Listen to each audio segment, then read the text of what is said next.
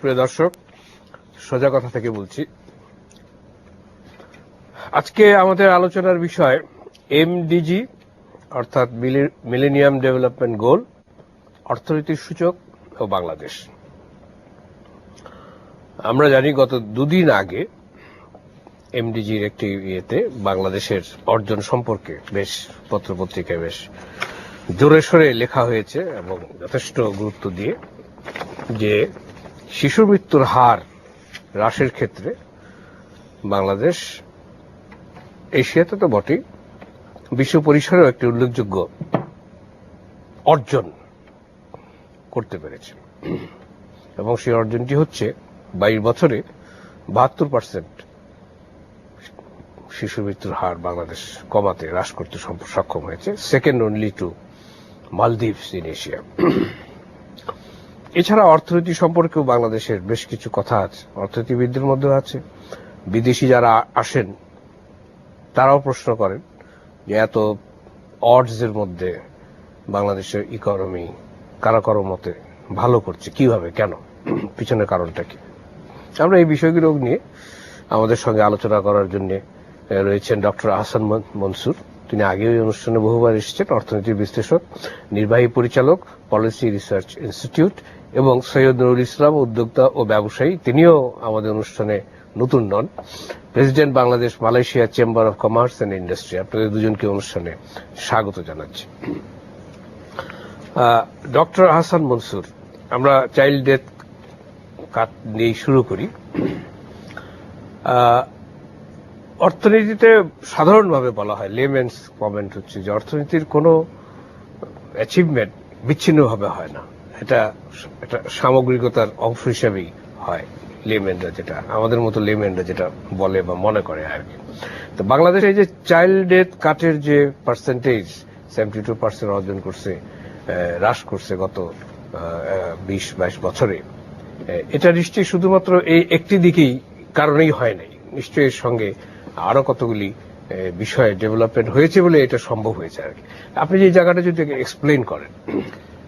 সামগ্রিকভাবে আমাদের উন্নয়নশীল দেশগুলোতে যখন আমাদের বিভিন্ন ইন্ডিকেটর যেটা দিয়ে দেখা হয়, এই ইন্ডিকেটরগুলো বেশিরভাগই হচ্ছে স্বাস্থ্যজনিত বা কল্যাণজনিত, সোশ্যাল, সোশ্যাল ইন্ডিকেটর। এখানে health, education, life expectancy, water, পানি নিষ্কাশন, এই ধরনের জিনিস, ইন্ডিকেটরগুলোকে ব্যবহার করা হয়। এবং আপনি যেটা ঠিকই বলেছেন যে আমরা যদিও একটা এক্সাম্পল একটা দেওয়া হলো যে শিশু মৃত্যুর হার হ্রাস, এই ধরনের এক্সাম্পল এই অল এমডিজি যে টার্গেটগুলো আছে সেখানে মোটামুটি ভাবে আমরা দুটো বা তিনটে এরিয়া ছাড়া মোটামুটি সবগুলোতেই কিন্তু আমরা দেখছি যে বাংলাদেশ হয় টার্গেট অ্যাচিভ করেছে বা অন ট্র্যাক টু অ্যাচিভ। এই টার্গেটটা শেষ বছর হচ্ছে 2015, আমরা উই আর অ্যাপ্রোচিং দ্যাট অবশ্য। তো বেশিরভাগ ক্ষেত্রেই ওভারওয়েলমিংলি আমরা এটা অ্যাচিভ করতে যাচ্ছি। দুটো তিনটে এরিয়া বাদ আছে এবং সেটাও সরকার সেটাকে লক্ষ্য করছে এবং আমি বলবো সিভিল সোসাইটিও সে বিষয়ে আলাপ আলোচনা করছে যে সেগুলোকে যেন পিছিয়ে পড়তে আমরা না দিই। তো সামগ্রিকভাবে আমাদের অর্থনীতির যে প্রবৃদ্ধি, সেটার ফলে দুটো জিনিস হয়েছে। একটা হয়েছে যে আমাদের দারিদ্র্যের হারটা নেমে এসছে, এবং দারিদ্র্যের হার যখন নামে তখন তার মানেই হচ্ছে যে অনেকেই বেশ কিছু অর্থনৈতিকভাবে উপকৃত হয়েছে, এবং অর্থনৈতিকভাবে যখন উপকৃত হয় তখন সেই জিনিসটা কিন্তু অন্যান্য জিনিসের উপরে চলে যায়। অর্থাৎ আগে যে ডাক্তার দেখাতে পারতো না সে এখন ডাক্তার দেখাচ্ছে, আগে যে ওষুধটা খেতে পারতো না এখন সে ওষুধটা পাচ্ছে। এবং এই সাথে এটাও স্বীকার করতে হবে যে সরকারের যে কার্যক্রম, যেটা স্বাস্থ্য খাতে বা শিক্ষা খাতে বা সামাজিক বেষ্টনী খাতে, সেগুলোতেও গত 10-20 বছর ধরে বেশ ধারাবাহিকভাবে আস্তে আস্তে বা ক্রমান্বয়ে বেড়েছে, যার ফলে সামগ্রিকভাবে দুই দিক থেকেই আমরা এটা দেখতে পাচ্ছি। আর 3 নম্বর আরেকটা ফ্যাক্টর আছে, যেখানে বেসরকারি এনজিও খাতও কিন্তু খুবই তৎপর এবং তারাও অনেক রকমের প্রোগ্রাম নিয়ে এসছে, যেটা আবার ডেভেলপমেন্ট পার্টনাররা সরাসরিভাবে তাদেরকে হেল্প করেছেন। এখানে ব্র্যাক আছে, প্রশিক্ষা আছে, গ্রামীণ কার্যক্রম আছে এবং আরো অনেক আছে দেশব্যাপী যারা ছোট বা মাঝারি সাইজের এনজিও, তারা বিভিন্ন ভালো কাজ করে যাচ্ছে। তো এই ধরনের প্রক্রিয়ার মাধ্যমে কিন্তু এখন যেমন মঙ্গার কথা আমরা শুনি না, জি, এটা আলোচনা একটা হয় না। বিরাট একটা অ্যাচিভমেন্ট আমাদের। জি। তো এটার ফলে কিন্তু যখন মঙ্গা নাই, তার মানে কি মঙ্গা জড়িত কারণে যে ধরনের হেলথ ম্যাল নিউট্রিশন হতে পারত, যে ধরনের ফ্যামিলিতে এডুকেশন হতে পারতো না, কারণ তাদের যদি পেটে খাবার না থাকে শিক্ষার কথা তো জি। ভুলেই যাবে, সেই জিনিসগুলো কিন্তু এখন তারা আবার চিন্তা করবে। তো ফলে আমাদের এই দারিদ্র্য বিমোচন, আমাদের টার্গেটেড ইন্টারভেনশন এবং সামগ্রিকভাবে আমাদের অর্থনৈতিক কার্যক্রমের উন্নতি, এই সব মিলিয়ে এর একটা প্রতিফলন আমরা দেখতেছি এই এমডিজির বড় একটা অর্জন। ধন্যবাদ আপনাকে। ইঞ্জিনিয়ার নজরুল ইসলাম, আপনি একজন শিল্পোদ্যোক্তা এবং যে কথাগুলি ডক্টর আহসান মনসুর বললেন এবং সাধারণভাবে আমরাও যে কথাগুলি ধারণা করি, আমরা হয়তো সবটা জানি না, ধারণা করি যে আমাদের দেশের মানুষের ক্রয় ক্ষমতা বেড়েছে, এটা একটা মনে হয়, এবং আয় বাড়ছে বলে ক্রয় ক্ষমতা বেড়েছে।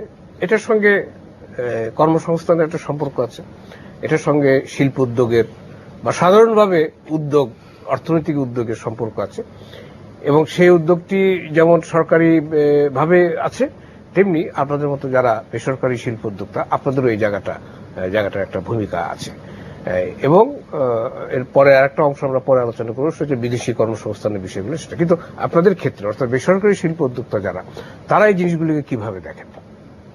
ধন্যবাদ। আসলে হাসান মনসুর সাহেব যেটা বলছেন যে ওনার কথার সূত্র ধরে আমি বলতে চাই, সামগ্রিকভাবে বাংলাদেশের অর্থনীতিতে ফুল ফুটেছে।